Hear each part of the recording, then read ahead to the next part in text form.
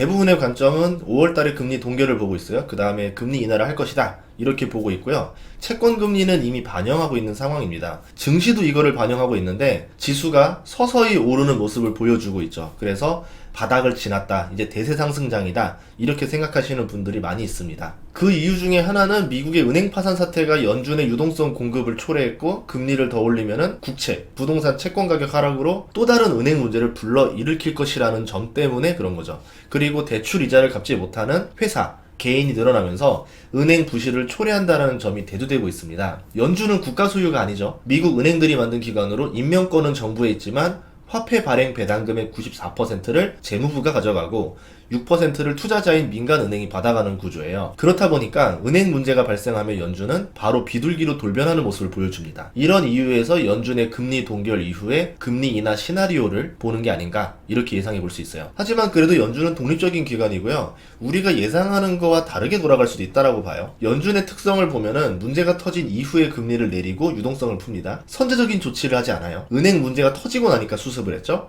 그 과정에서 많은 유동성을 풀었습니다. 하지만 예상보다 위기가 빠르게 마무리됐어요. 그러면 유동성을 더 많이 풀 핑계가 없어집니다. 다음 금리 결정은 5월달이고 아직 한 달도 남은 상태인데 벌써 은행의 위기가 끝났죠. 지표들에 따라서 달라지겠지만 특별한 위기가 나오지 않는 한 금리 인상도 생각해 볼 수가 있습니다. 그러면 시장이 생각했던 것과는 반대로 가겠죠. 그 이유 중에 하나가 CPI 역전 현상이거든요. 저번 영상에서도 말했지만 CPI는 빠르게 하락하고 있고 이번 주 수요일에 발표되는 CPI는 전년 대비 5.2%를 예상치로 나오고 있어요. 저번 달에 6.0이었는데 0.8%가 하락합니다. 에너지와 상품 가격이 빠르게 하락하고 있다는 증거죠. 반면에 근원 CPI는 좀처럼 하락할 기세를 보여주지 않습니다. 6% 중반에서 많이 내려왔어요. 그래도 이번에 5.6%를 예상하고 있어요. 이 구간에서 정체돼가지고 좀처럼 내려올 생각이 없죠. 임금 인플레랑 렌탈비가 발목을 잡고 있다는 점이 문제인데요. 경기 둔화 지표들이 나오고 있음에도 불구하고 이 둘이 안 잡히면서 연준이 금리 인상을 계속할 수 있다는 거예요. 주택 렌트비 상승도 급격히 둔화됐거든요. 이제 2.7%입니다. 저번에 18%까지 올라갔었는데 2.7이면 많이 떨어진 거죠. 코로나 이전 수준으로 내려왔습니다. 미국 주택 가격도 1월까지 집 7개월 연속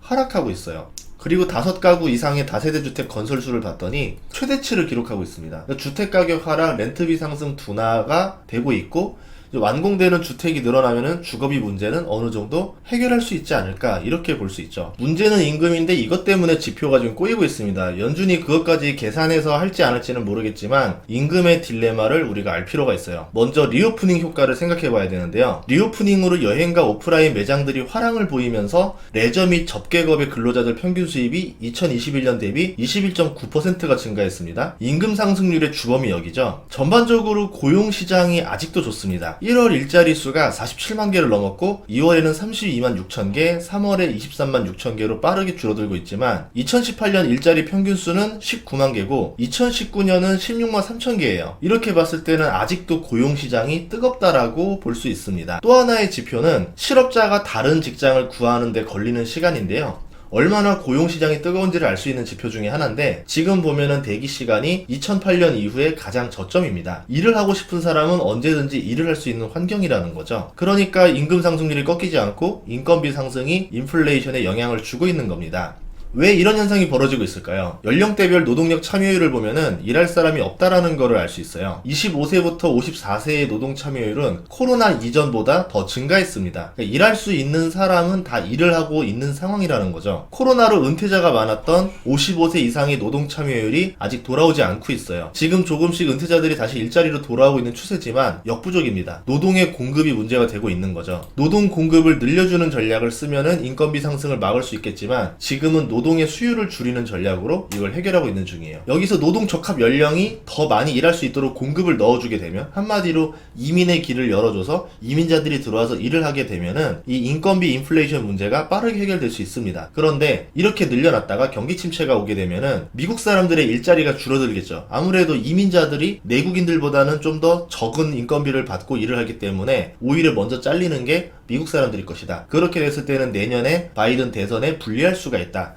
이렇게까지 계산을 했을지도 모르겠어요. 만약 경기가 침체되지 않고 다시 살아난다라고 하면은 노동 공급 부족은 경기 상승기를 얼마 안 가서 다시 끌어내릴 겁니다. 글로벌 경기 회복기에 돌입했을 때 노동력이 부족한 국가랑 넘치는 국가는 안정적인 가격으로 상품을 계속 생산할 수 있는가와 연관이 있습니다. 노동력 부족이 의심되는 국가가 미국, 중국, 한국, 일본 같은 국가들인데 수요가 급격히 늘어나면은 인건비가 같이 빠르게 늘어나요. 생산 비용도 급증하게 됩니다. 반면에 인도, 인도네시아, 베트남 같은 곳은 공급이 넉넉하죠. 인건비가 빠르게 오르지가 않아요. 이런 점을 봤을 때 다음 상승장 때 인도와 인도네시아를 주목할 필요가 있다라고 봐요. 아니면 다음 상승장에서는 노동력을 최소화할 수 있는 업종, 자동화에 성공한 제조업이 떠오를 가능성이 높습니다. 수요는 넘치고 인건비 인상 영향이 덜하니까 마진을 극대화할 수가 있겠죠. 미래의 이야기보다 지금의 이야기를 더 하자면 연준은 금리 인상 카드를 한 번 더 고려할 수도 있다라는 거예요. 시장의 기대와 거꾸로 가는 결정이 나오면은 시장은 동요할 수도 있습니다. 하지만 길게 보는 투자에서는 금리보다는 경기 확대 사이클을 보는 게 더 중요해요. 어차피 연준이 이번에 금리 한 번 올린다 하더라도 두 번은 올릴 수 없는 상황이거든요. 그리고 수요는 회복되고 있고 경기도 회복될 겁니다. 그럼 금리 때문에 투자를 멈출 수 없다라는 판단이 나오겠죠. 여러 가지 변수가 있다 하더라도 그 변수들마다 점수를 한번 계산해 보세요. 그러면 큰 변수는 큰 점수를 차지할 거고 작은 변수는 작은 점수를 차지할 겁니다. 플러스와 마이너스의 합을 계산해 봤을 때 플러스로 움직이면은 경기가 그래도 긍정적으로 갈 것이다. 증시가 그래도 긍정적으로 갈 것이다. 마이너스로 나오면 증시가 부정적일 것이다. 이렇게 계산해 보는 게 좋아요. 예를 들어서 악재가 7개고 호재가 하나니까 증시는 내릴 거다라 생각하는데 그 호재 하나가